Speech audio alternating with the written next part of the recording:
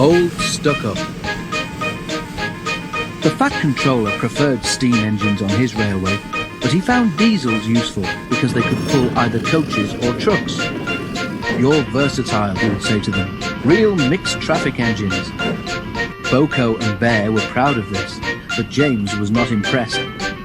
He liked these two diesels, but he treated all others with deep suspicion. "Diesels don't use coal and water," he would say darkly. "How can you trust an engine who isn't normal in his habits?" Visiting diesels sometimes boasted about how special they were. Usually Boko and Bear had to spend the next day smoothing ruffled feelings. One day, a particularly haughty diesel came from the other railway. When the visitor found that he was to share the shed with steam engines, he stopped outside in disgust and refused to go any further.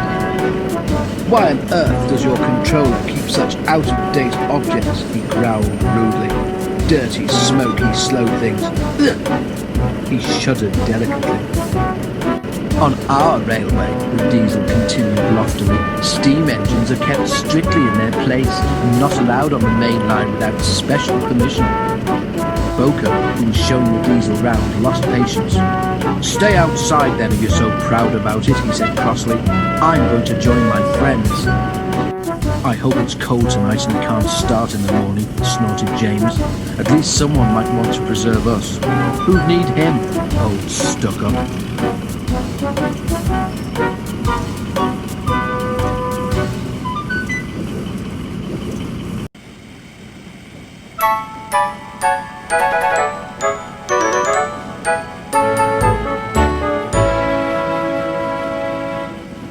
The engines were glad when morning came.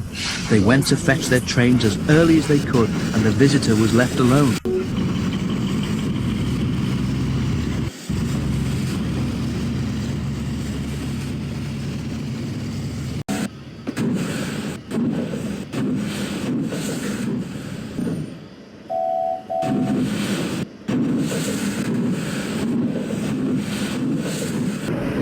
"That's better," he purred to himself.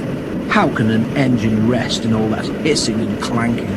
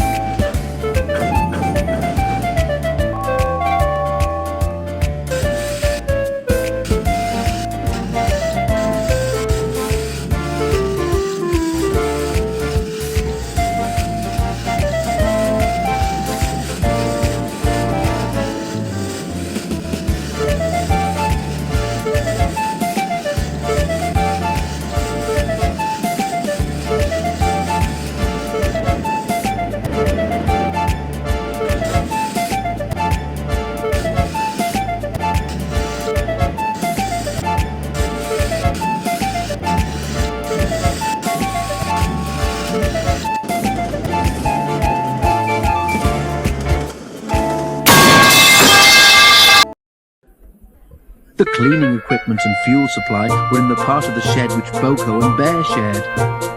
Old Stuck-Up was so full of self-importance that he'd forgotten he would need cleaning and refueling before he went home.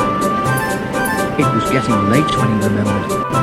"If I go in now while the shed is empty," he said to himself, "no one will know I've been."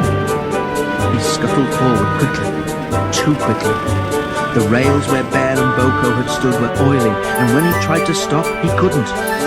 "Brake blocks and buffers, I'm slipping!" he wailed as his wheels locked and slithered.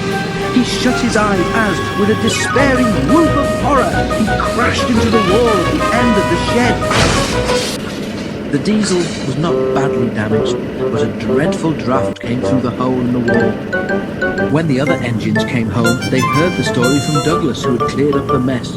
"Ho, ho, ho," chortled Henry. "Old Stuck-up came unstuck, did he? I say, Boko, what is it the Fat Controller calls you?" "Versatile," chuckled Boko. "But that isn't what he called Stuck-up. I couldn't hear all he said, but I didn't think it sounded very polite."